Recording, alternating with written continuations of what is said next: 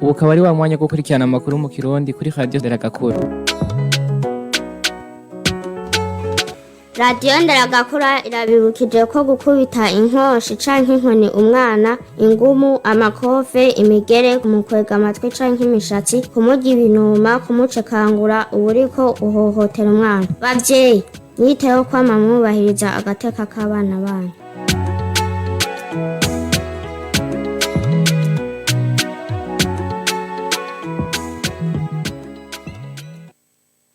Bakunzi ba Radio Nderagakura ndabahaye mwiriwe ndabana ikaze mu makuru avugwa mu Kirundi muri iri joro nayo akabagizwe n'ingingo nkuru zikurikira. Umukuru w'igihugu Evariste Ndayishimiye hanura bene igihugu bafise imirima y'ibigazi na cane cyane abibujumbura kwijukira kuri migiterwa pacuri gisanzwe kibana neza n'ibigazi. Umutambukanyi wiwe na Angeline Ndayishimiye yashikirije ibikoresho bifasha mu kuvura indwara yo mu kigo. Ivyo bikoresho bikaba vyatanzwe n'ishiramwe mpuzamakungu ryita amagara y'abantu ku isi OMS bihabwa ikigurumuri c'Igitega. Akaba yahamagariye abakenyezi bafise iyo ndwara kwitura ico kigo. Ngo Burundi ngo bufise ikibanza ca mbere mu bihugu byagiriwe isuzumwa mu bijanye n'inyigisho z'ibiharuro. Byashikirijwe na Andre Nduwimana arongoye umugwi wagize iryo tohoza mu Burundi. Aya n'ayandi mu kanya gato.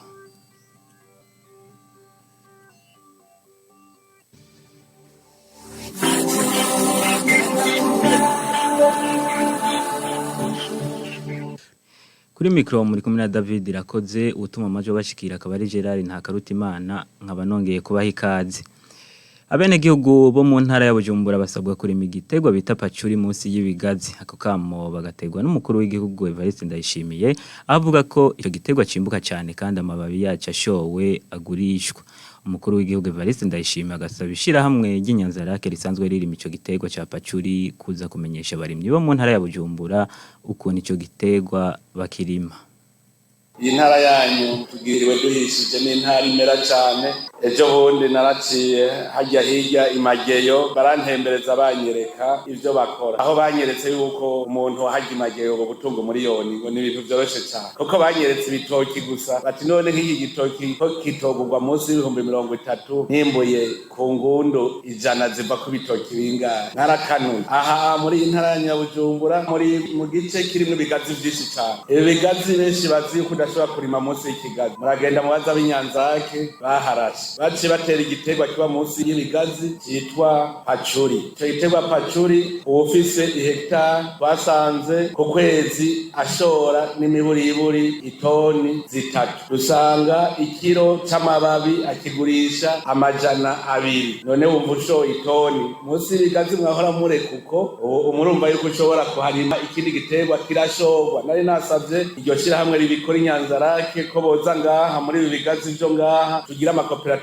dutangure tuharime pacuri kugira ngo abene gihugu baronke amikoro. Burya twarasamaye.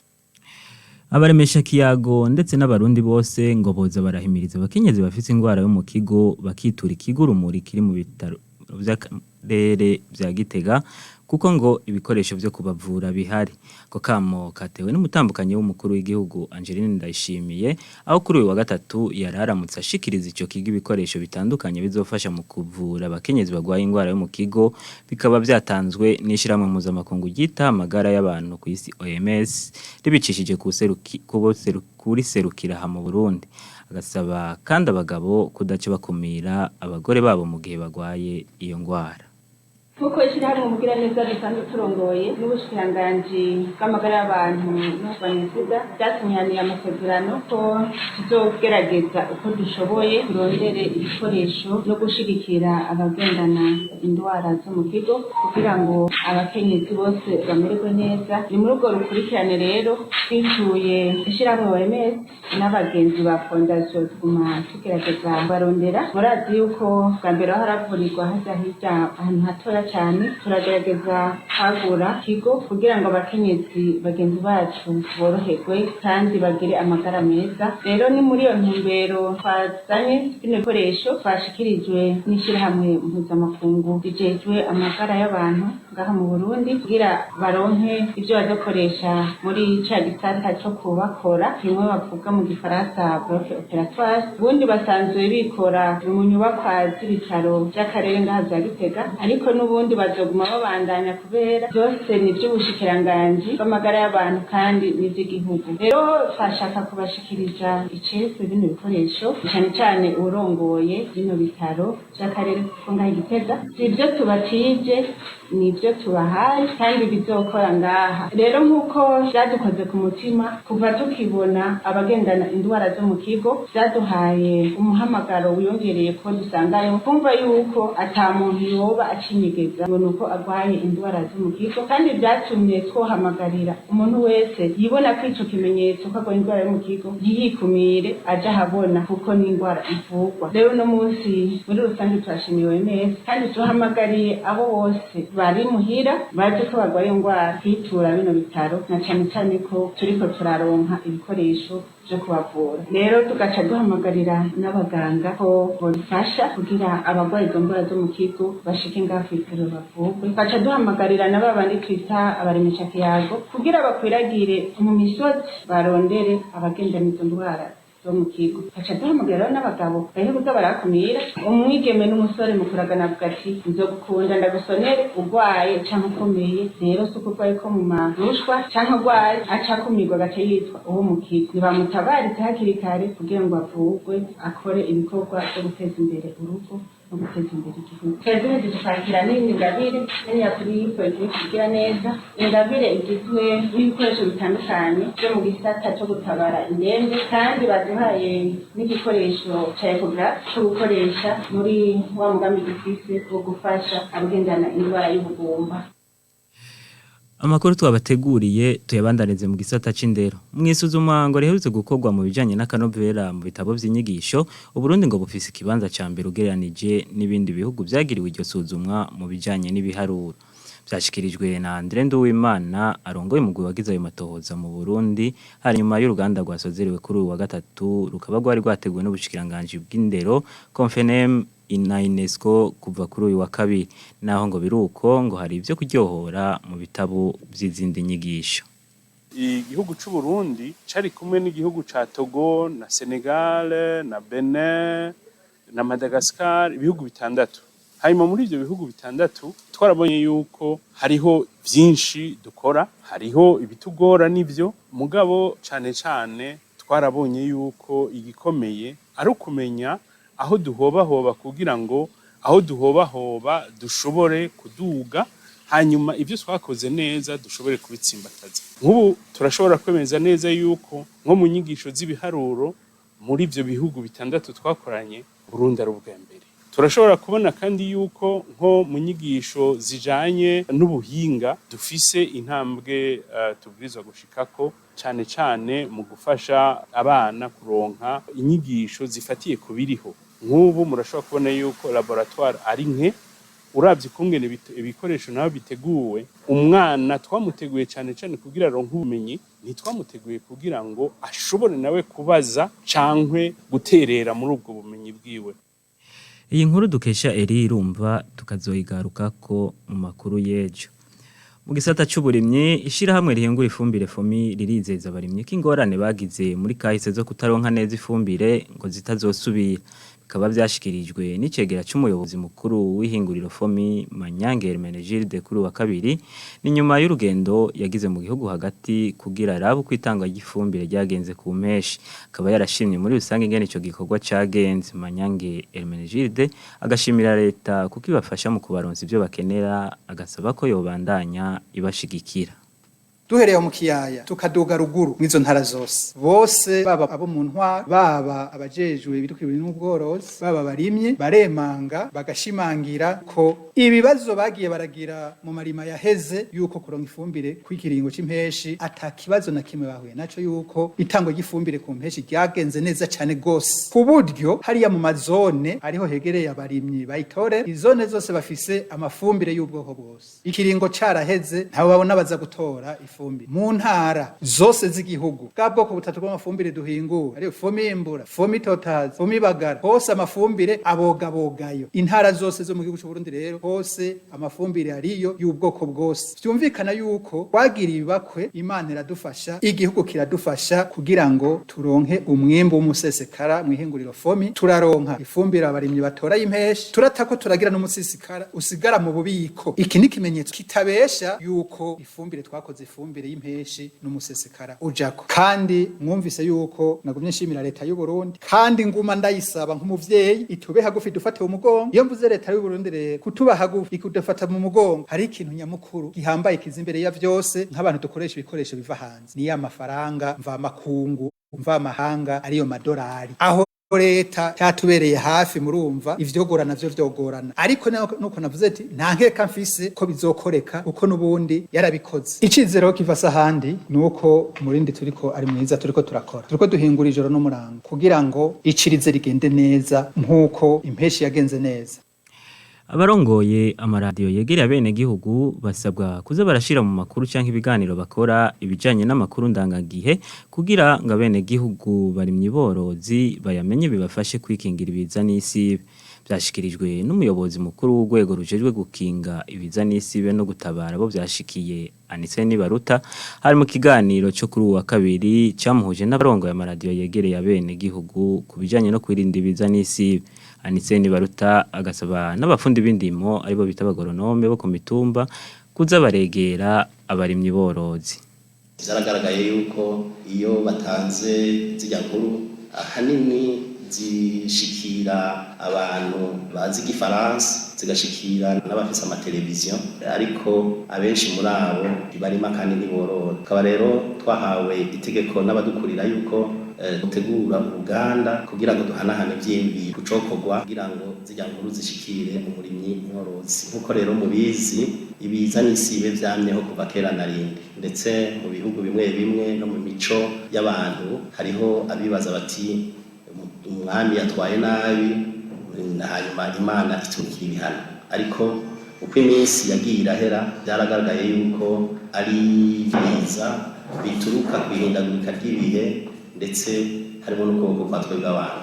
Ufashe bya hafi nk'imyaka 20 iheze twagiye turabona yuko ibiza bituruka ku mangenge amwamwe ayo mangenge rero yagiye ariyongera n'ingaruka mbi zibiza zituruka kuri ayo mangenge navyo nyene vyagiye biriyongera. Ibi rero bigatuma habaho abitaba Imana bigatuma habaho abakomereka hakaba n'abatizabo ku buryo rero hategerejwe kuba twigoro two gukinga ibiza no guhangana navyo twarakozwe ku mpande nyinshi haba ku rwego rw'isi hariho ibyakozwe kugira ngo ingaruka zihindagurika ry'ibihe zigabanuke haba ku migabane y'uturere izi twita region ngaho iwacu mu Burundi leta yafite ikibazo cyo gukinga ibiza no guhangana navyo yagifashe nkama ari naco gituma ibyo gukinga ibiza no guhangana navyo cyane cyane biturutse kwihindagurika ry'ibihe bifise ikibanza kinini muri wa mugambi w'igihugu w'iterambere turiko turashira mu ngiro kuva muri 2018 gushika muri 2027.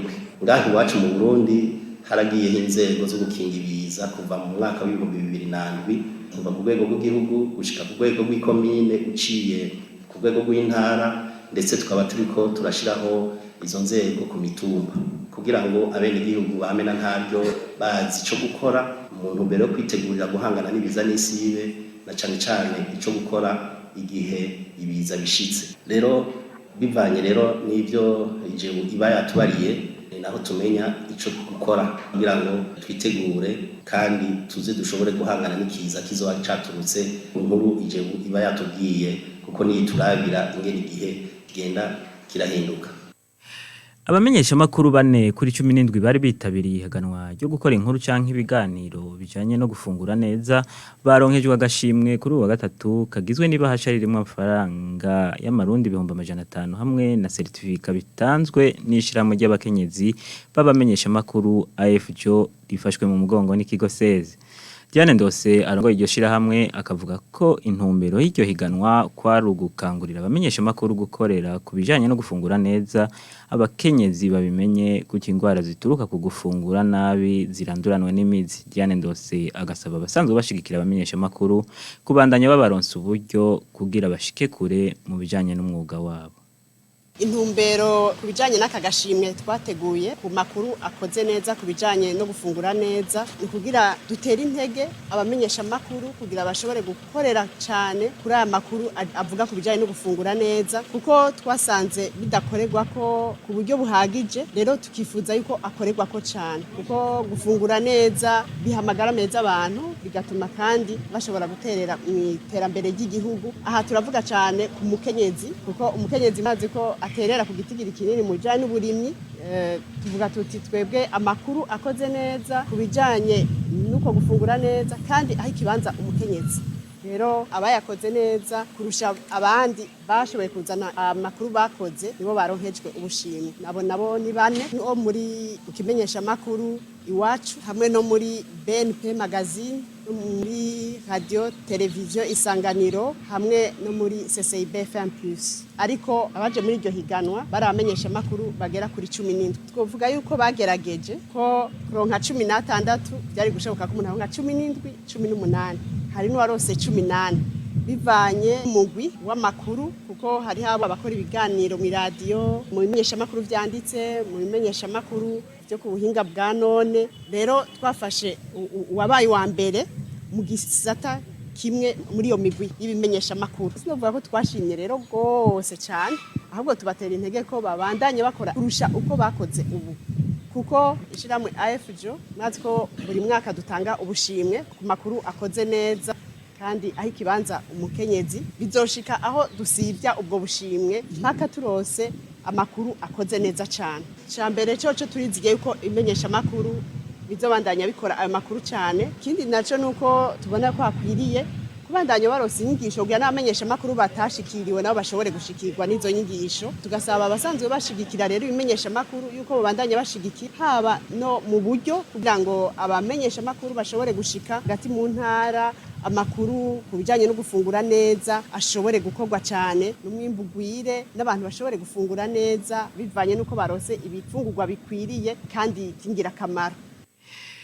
Musitanteri wa komine Bugenyuzi mu ntara ya Karusi Mucowera Jacques ariyamiriza inyifato yaranze abarorerezi n'abakinyi mu rukino rwabaye ku munsi w'Imana hagati y'umugwi w'umupira w'amaguru wa komine Bugenyuzi na komine Gihogazi.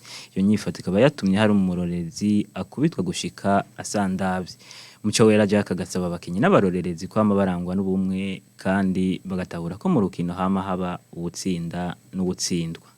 Urukino twari tubiteze ko twarose mu mpera zarwo kuko mu kurangira rwarangiye kubano aho hadutse kutumvikana hagati y'abakinyi mbere n'abajya barorera bita abafana bikaba byarangiye umufana umwe wo muri komine Bugenyuzi yitwa Simeo kugarukira yitavye Imana mu miswano yahavuye biba. Ibyo rero n'ibintu atawo bishima turabinegura cyane ruhande rw'abajeje intwaro eka mbere n'abene gihugu bose barabinegura cyane iyo nyifato yabaye muri urwo rukino. Igituma tubinegura nuko bari zikenewe guhuza abantu kugira ngo abantu banezerwe baje hamwe hanyuma biyumvanemwo bisanzure. Impanuro rero jewe notanga nka musitanteri wa komine Bugenyuzi nuko ubwa mbere nobwira abakinyi bose baba ab'i Bugenyuzi canke abo muri komine Mbanye Gihogazi nuko ubwa mbere bose ari bene Burundi ko bari baje gukina nta mwansi yarimwo bose barabakunzi kuko yari imigenderanire n'ubumwe bigiye gutsimbatara. Ariko kw'ivyo vyabaye rero yohagara ntibabandanye kuko akina babiri hagatsinda umwe n'uwutsinze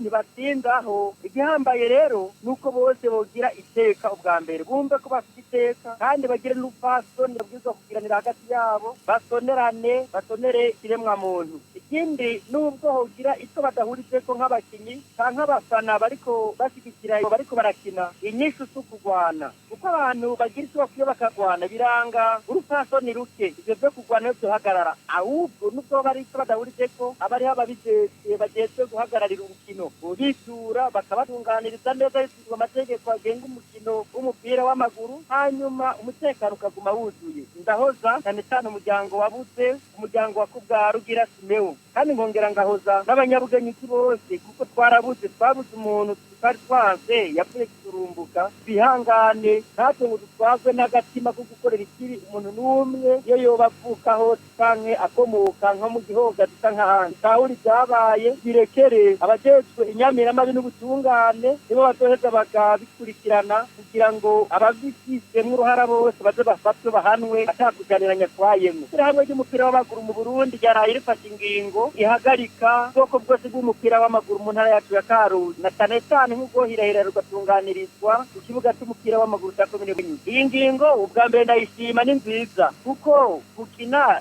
nuko abantu baba banezerewe none ubu turi mu kigandaro birumvikana kw'ibiringo by'ukunezerwa atavyo turimwo ariko gituma iyo mikino yoranga umunezero yobanza igahagarikwa icyo ntegekanya kugira nuko ntegezo gukorana n'abajejwe umutekano n'abarongoye umukino w'umupira w'amaguru muri komini hanyuma kaganira tukagira icyo dupfunditse kizotuma tuja kwihutira gutunganya inama y'abakinyi kugira ngo tubabe hagufi tugire icyo duhanuranye n'icyo twobatekerera nk'inyifato ndangabihe nyene turimwo bituma baguma batekanye bagumana ivyizigiro kandi bagumana urukundo mu kurorera ingingo kumbure zoza ihindura iyo ngingo ya mbere yabanje kwirafatwa n'iryo shirahamwe ntunganya mupira w'amaguru mu Burundi.